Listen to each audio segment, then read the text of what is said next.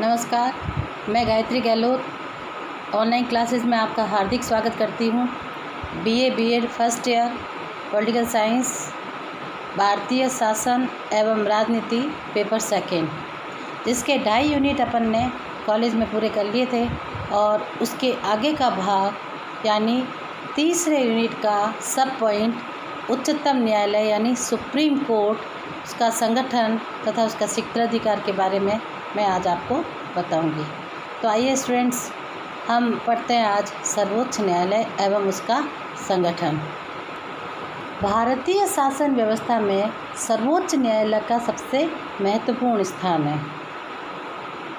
सर्वोच्च न्यायालय संविधान का रक्षक है, क्योंकि अपने भारत का संविधान विश्व का सबसे लंबा तथा लिखित संविधान होने के कारण उसमें न्यायिक पुनरावलोकन यानी सर्वोच्च न्यायालय को एक महत्वपूर्ण स्थान दिया है।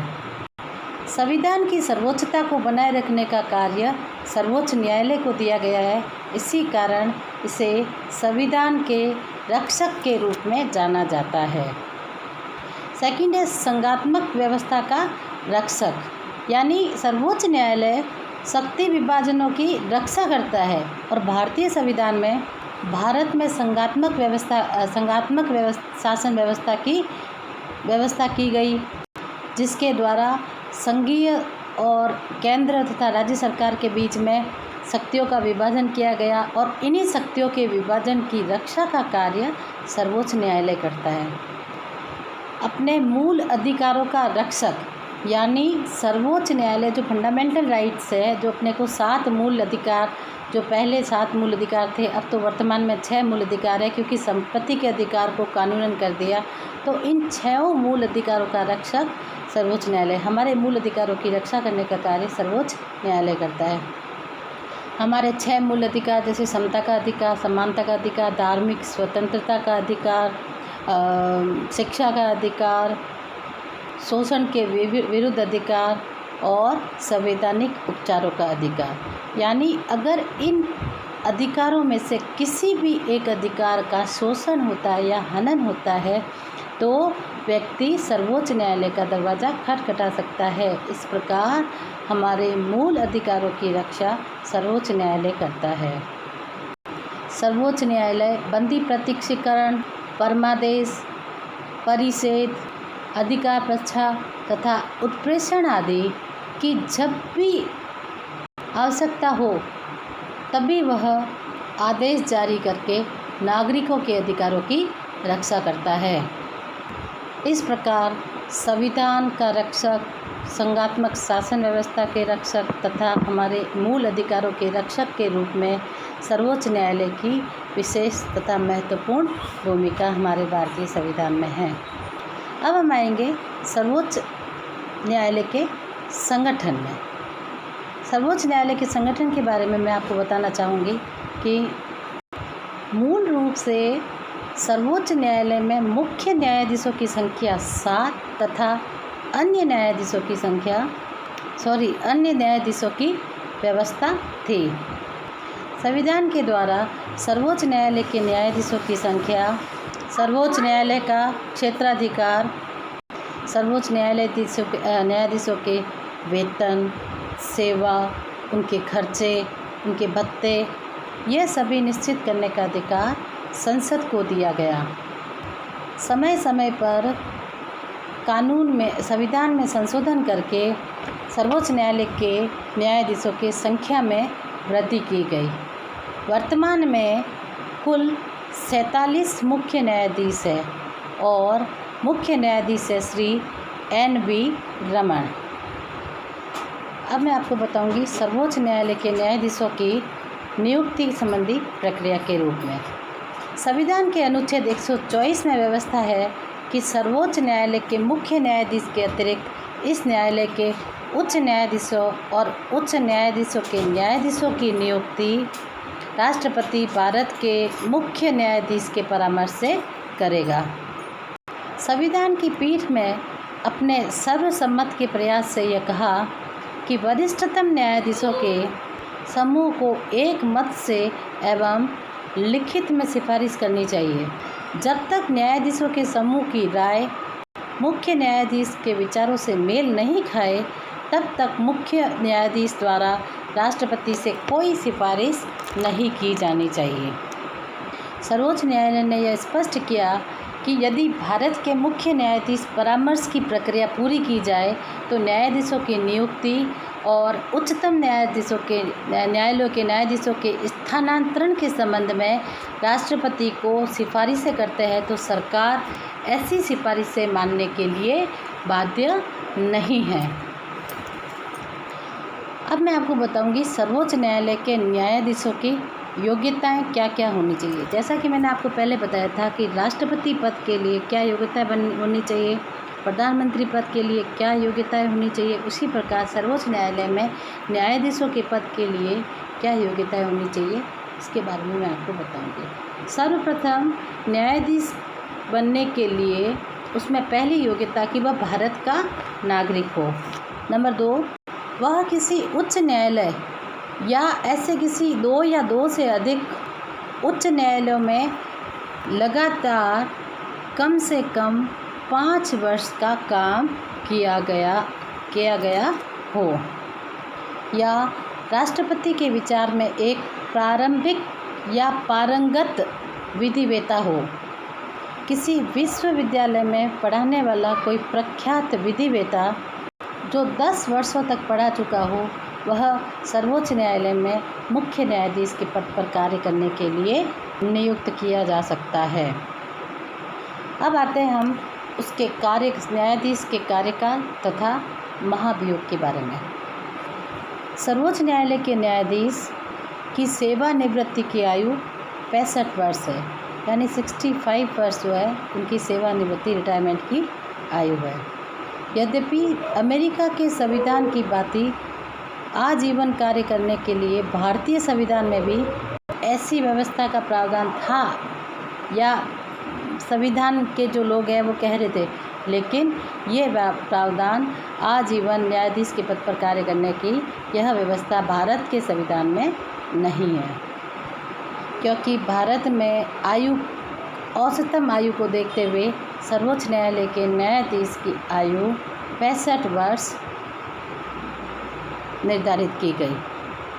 हमारे संविधान के अनुच्छेद 128 में सेवानिवृत्त न्यायाधीश को नियुक्त करने की भी विशेष व्यवस्था की गई। इस अवस्था के पूर्व या इस अवस्था के चलते वह स्वयं अपने पद पर त्यागपत्र दे सकता है। इसके अतिरिक्त सर्वोच्च न्यायालय के किसी न्यायाधीश को किसी प्रमाणित अक्षमता, प्रमाणित दुर्व्यवहार या किसी विशेष अक्षमता के आधार पर ही उसको अपने पद से हटाया जा सकता है। इस प्रकार महाभियोग की कार्यविधि निश्चित करने का अधिकार संसद को प्राप्त है। कार्यविधि चाहे जो कोई भी हो, लेकिन संसद के दोनों सदनों को अलग अलग अपने सदस्यों की संख्या, बहुमत और उपस्थित तथा मतदान करने वाले सदस्यों के 2/3 बहुमत के प्रस्ताव से वह प्रस्ताव राष्ट्रपति को भेजा जाएगा। इसके बाद ही राष्ट्रपति न्यायाधीशों के पदच्युति का आदेश जारी करेगा। इस संबंध में यह आवश्यक है कि न्यायाधीशों के संबंध में न्यायाधीशों के विरुद्ध महाभियोग का प्रस्ताव एक ही सत्र में स्वीकार होना चाहिए। न्यायाधीशों को अपने पक्ष में समर्थन तथा उसकी पैरवी का पूरा अवसर प्रदान किया जाना चाहिए। भारतवर्ष में पहली बार 1992 तथा 93 में सर्वोच्च न्यायालय के एक न्यायाधीश के विरुद्ध महाभियोग का प्रस्ताव लागू किया था, जिनका नाम है जी रामास्वामी। अब मैं आपको बताऊंगी सर्वोच्च न्यायालय के न्यायाधीशों के वेतन, भत्ते तथा उनके सेवाएं और उनकी शर्तें। संविधान के अनुच्छेद 125 के अनुसार सर्वोच्च न्यायालय के न्यायाधीशों के ऐसे वेतन दिए जाएंगे जो संसद के विधि द्वारा निर्धारित किए जाएंगे। न्यायाधीशों के वेतन, भत्ते, पेंशन, उनकी ग्रेजुएटरी यानी सेवानिवृत्ति की राशि आदि के संबंध में 1 जनवरी 2006 से आवश्यकतानुसार उल्लेखनीय वृद्धि की गई। अब मैं आपको सर्वोच्च न्यायालय के क्षेत्राधिकार के बारे में बताऊंगी। भारत के सर्वोच्च न्यायालय को व्यापक क्षेत्राधिकार प्राप्त है। यहाँ तक कि विश्व के अन्य किसी भी न्यायालय का अधिकार शायद इतना नहीं है, इतना व्यापक नहीं है। इसके क्षेत्राधिकार का अध्ययन निम्नलिखित 3 भागों में बांटा गया है। नंबर 1 प्रारंभिक क्षेत्राधिकार, नंबर 2 अपीलीय क्षेत्राधिकार और नंबर 3 परामर्शदात्री क्षेत्राधिकार। सबसे पहले हम पढ़ेंगे प्रारंभिक क्षेत्राधिकार के बारे में। प्रारंभिक क्षेत्राधिकार में दुर्गादास बसु ने यह कहा कि हमारा संविधान एक संधि के रूप में या समझौते के रूप में नहीं है, फिर भी संघ तथा राज्यों के बीच व्यवस्थापिका कार्यपालिका संबंधी अधिकारों का विभाजन किया गया।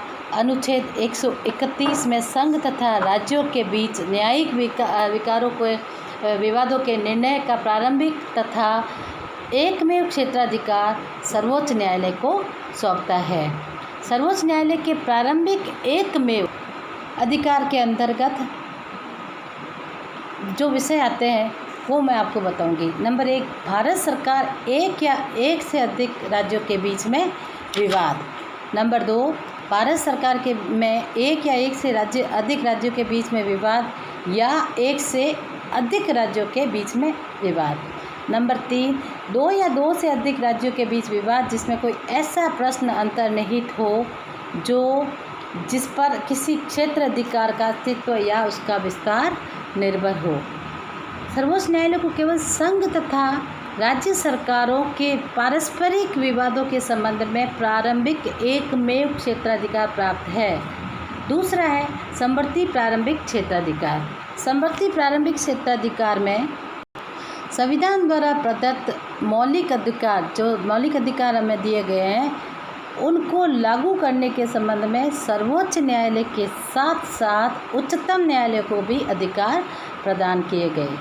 संविधान के अनुच्छेद 32(1) द्वारा विशेष रूप से सर्वोच्च न्यायालय को उत्तरदायी ठहराया गया है। नेक्स्ट है अपीलीय क्षेत्राधिकार। अपीलीय क्षेत्राधिकार में सर्वोच्च न्यायालय को प्रारंभिक क्षेत्राधिकार के साथ साथ अपीलीय क्षेत्राधिकार भी प्रदान किया गया। समस्त राज्यों के उच्च न्यायालय के विरुद्ध अपील सुनने को अधिकार प्राप्त है यदि उनको यह विश्वास है कि उस संबंध में संविधान की व्याख्या का कोई महत्वपूर्ण प्रश्न निहित है। संवैधानिक क्षेत्राधिकार में संविधान के अनुच्छेद 132 के अनुसार यदि उच्च न्यायालय यह प्रमाणित कर दे कि विवाद में संविधान की व्याख्या से संबंधित कानून या सारमय प्रश्न उसके अंतर्गत है तो उच्च न्यायालय के निर्णय की अपील सर्वोच्च न्यायालय में की जा सकती है। नेक्स्ट है दीवानी। दीवानी में 1972 में संविधान के अनुच्छेद 30 के संशोधन में यह परिवर्तन कर दिया गया, जबकि इसके पूर्व यह व्यवस्था थी कि उच्चतम न्यायालय के सर्वोच्च न्यायालय में केवल ऐसे दीवानी मामलों की अपील की जा सकती है जो 20,000 रुपये से अधिक हो। अनुच्छेद 133 में संशोधित कर इस धनराशि की सीमा घटा दी गई। तीसरा है फौजदारी मामले। फौजदारी मामले में मैं आपको ये बताना चाहूँगी कि यदि उच्चतम न्यायालय ने अपील प्रस्तुत होने पर किसी व्यक्ति की उन्मुक्ति का आदेश रद्द कर दिया गया है या मृत्युदंड दे दिया है तो उच्चतम न्यायालय ने अधीनस्थ न्यायालय से अभियोग विचारार्थ उसके पास मंगवाकर अपने अभियुक्त को प्राणदंड दिया हो। तीसरा, अगर उच्चतम न्यायालय यह प्रमाणित कर दे कि यह अपील सर्वोच्च न्यायालय के योग्य है। नेक्स्ट है विशिष्ट। विशिष्ट में हम संविधान के अनुच्छेद 132 से 134 में उच्च न्यायालय के निर्णय के विरुद्ध सर्वोच्च न्यायालय से अपील की व्यवस्था की है। सर्वोच्च न्यायालय को राष्ट्रपति, उपराष्ट्रपति, लोकसभा अध्यक्ष, प्रधानमंत्री सहित भारत के संघ के सभी पदाधिकारियों को चुनाव संबंधी विवादों पर निर्णय देने का अधिकार है। और तीसरा अपना विशेष अधिकार जो है वह है परामर्श का क्षेत्राधिकार। यदि किसी मामले में सर्वोच्च न्यायालय राष्ट्रपति को परामर्श देने के लिए इनकार भी करते हैं तो सर्वोच्च न्यायालय का परामर्श संबंधी क्षेत्राधिकार मुकदमेबाजी को रोकने तथा उससे काफ़ी सीमा तक उसको कम करने का अधिकार प्राप्त है। इस संबंध में भारत की व्यवस्था ब्रिटेन तथा कनाडा के अनुरूप है। अब सर्वोच्च न्यायालय के गठन तथा उसके कार्यकाल, योग्यता, वेतन, भत्ते, उनके पेंशन, उसकी सेवाओं और उसके बाद में उसके प्रारंभिक क्षेत्राधिकार के बाद में हम पढ़ेंगे न्यायपालिका की स्वतंत्रता। हमारे भारत के संविधान में क्योंकि न्यायिक पुनरावलोकन की व्यवस्था अपनाई गई है, इसीलिए भारत के संविधान में जैसे संघीय कार्यपालिका, व्यवस्थापिका तथा न्यायपालिका, ये सरकार के कार्यों को 3 भागों में बांटा, जिसमें व्यवस्थापिका कार्यों को व्यवस्थित करेगी, कार्यपालिका कार्य करने का कार्य तथा और न्यायपालिका कार्य उसका न्याय करना, इन दोनों के ऊपर न्यायपालिका का नियंत्रण। क्योंकि भारत के संविधान में न्यायपालिका को स्वतंत्र न्यायपालिका का एक व्यवस्था की गई है। एक स्वतंत्र न्यायपालिका ही निष्पक्ष न्याय प्रदान करती है। अतः संविधान में न्यायपालिका को स्वतंत्र बनाए रखने के लिए विभिन्न व्यवस्थाएं की गई है। नंबर 1, न्यायाधीशों की नियुक्ति। नंबर 2, उनका कार्यकाल तथा कार्यकालों की सुरक्षा। नंबर 3, न्यायाधीशों के वेतन, भत्ते, उनकी पेंशन तथा संसदीय नियंत्रण से परे तथा कार्यपालिका के निर्माण हेतु निर्वाह करने की शक्ति और कर्मचारियों के वर्ग पर नियंत्रण। और फिर छठा है उन्मुक्तियाँ। और फिर अवकाश प्राप्ति के बाद वकालत करने पर प्रतिबंध। सबसे पहले मैं आपको बताऊंगी न्यायाधीशों की नियुक्ति। संविधान के द्वारा सर्वोच्च न्यायालय तथा उच्च न्यायालयों में न्यायाधीशों की नियुक्ति का अधिकार राष्ट्रपति को सौंपा गया है, जो मुख्य न्यायाधीश तथा अन्य न्यायाधीशों के परामर्श के अनुरूप वह यह नियुक्ति करने का कार्य करता है। न्यायाधीशों की नियुक्ति के प्रसंग में सर्वोच्च न्यायालय ने अक्टूबर 1998 के निर्णय के आधार पर यह व्यवस्था कर दी कि अब इस प्रसंग में भारत के मुख्य न्यायाधीश किसी के द्वारा मनमाना आचरण नहीं किया जा सकता। न्यायाधीशों की नियुक्ति के प्रसंग में इसे निश्चित रूप से श्रेष्ठ प्रक्रिया तथा श्रेष्ठ स्थिति कहा जा सकता है। अब आ गया सेकंड पॉइंट, कार्यकाल तथा उसके कार्यकाल की सुरक्षा। इसमें मैं आपको बताऊंगी कि भारत के सर्वोच्च न्यायालय के न्यायाधीश 65 वर्ष की आयु तक अपने पद पर आसीन रह सकते हैं। उससे पहले किसी भी असुरक्षा या महाभियोग द्वारा उसे हटाया जा सकता है या स्वेच्छा से वह न्यायाधीश अपने पद से त्यागपत्र दे सकता है।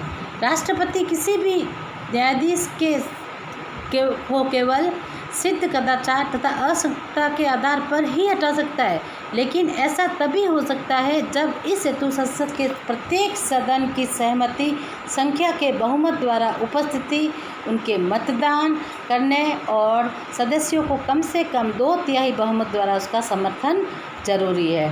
पदच्युति की इस प्रक्रिया को व्यवहार में अपनाया जाना बहुत ही कठिन है।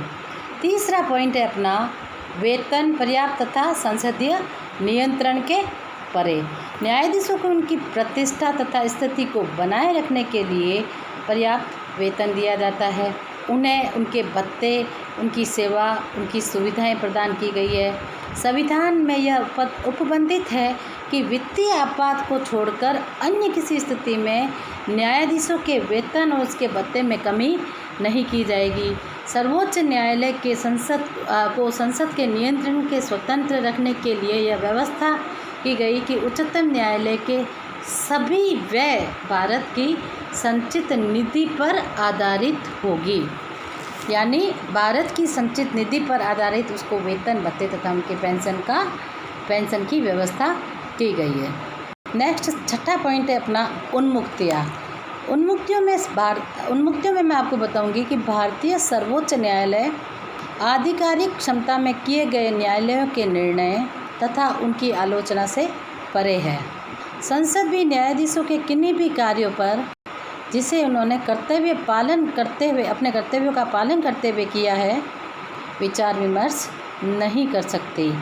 और नेक्स्ट अपना है अवकाश प्राप्ति के बाद वकालत करने पर प्रतिबंधता। संविधान सर्वोच्च न्यायालय के अवकाश प्राप्त करने पर न्यायाधीशों भारतीय क्षेत्र में किसी न्यायालय या किसी अधिकारी के समक्ष वकालत करने से मना करता है, लेकिन संविधान विशेष प्रकार के कार्य के संपादन के लिए इनकी नियुक्ति की अनुमति देता है। जैसे फॉर एग्जाम्पल कोई विशेष जांच पड़ताल या अन्वेषण करना। नेक्स्ट है न्यायाधीशों के लिए आचार संहिता। भारत के मुख्य न्यायाधीशों की अध्यक्षता में संपन्न मुख्य न्यायाधीशों के वार्षिक सम्मेलन में एक 15 सूत्रीय आचार संहिता अपनाई गई। आचार संहिता की प्रमुख शर्तें कि प्रत्येक न्यायाधीश के पद ग्रहण के बाद एक निश्चित विधिवत समय के भीतर संबंधित मुख्य न्यायाधीश के समक्ष अपनी उस संपदा और निवेश को अनिवार्य रूप से घोषित करना होगा जो उसके अथवा उसकी पत्नी तथा आश्रित संतानों के नाम से हो। मुख्य न्यायाधीशों में रिकॉर्ड करने के लिए उसकी अनुमति नहीं देंगे। अपने न्यायालय में वकालत करने पर वकीलों के लिए घनिष्ठ संबंध नहीं रखेंगे। आचार संहिता का उद्देश्य है कि न्यायाधीशों को इस बात के लिए सचेत करना कि वे सदैव जनता की निगाह में, अतः उसके द्वारा न तो कोई ऐसा कार्य किया जाना चाहिए और न ही ऐसी कोई लापरवाही बरती जानी चाहिए जो उनकी मर्यादा के अनुकूल हो। मुख्य न्यायाधीश आदर्श सेन ने इस बात को व्यक्त करते हुए कहा कि लोकतांत्रिक व्यवस्था में प्रभुसत्ता जनता में निहित होती है, अतः सार्वजनिक पद ग्रहण करने वाला प्रत्येक व्यक्ति जनता के प्रति उत्तरदायी होना चाहिए, क्योंकि भारत का जो शासन है लोकतंत्र है, यानी जनता के लिए जनता द्वारा चुना गया शासन। इसमें प्रत्येक व्यक्ति जो है जनता का सार्वजनिक रूप से जो है जनता के प्रति उत्तरदायी होना चाहिए। अर्थात न्यायिक पुनरावलोकन या संविधान संरक्षक के रूप में सर्वोच्च न्यायालय महत्वपूर्ण भूमिका अदा करता है। भारत के संविधान में न्यायिक पुनरावलोकन की व्यवस्था इसी कारण कही गई क्योंकि न्यायपालिका हमेशा स्वतंत्र रहे, उस पर किसी भी प्रकार का कोई दबाव ना हो।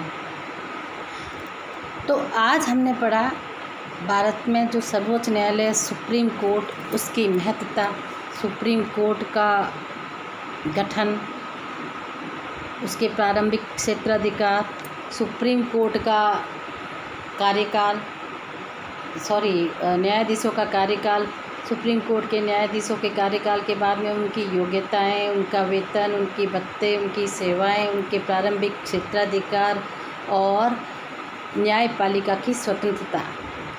तो अब अपन अपना नेक्स्ट टॉपिक रखेंगे न्यायिक पुनरावलोकन। यानी न्यायिक पुनरावलोकन का क्या अर्थ है, क्या भारतीय संविधान में न्यायिक पुनरावलोकन का क्या आधार है, वो अपना होगा नेक्स्ट टॉपिक में।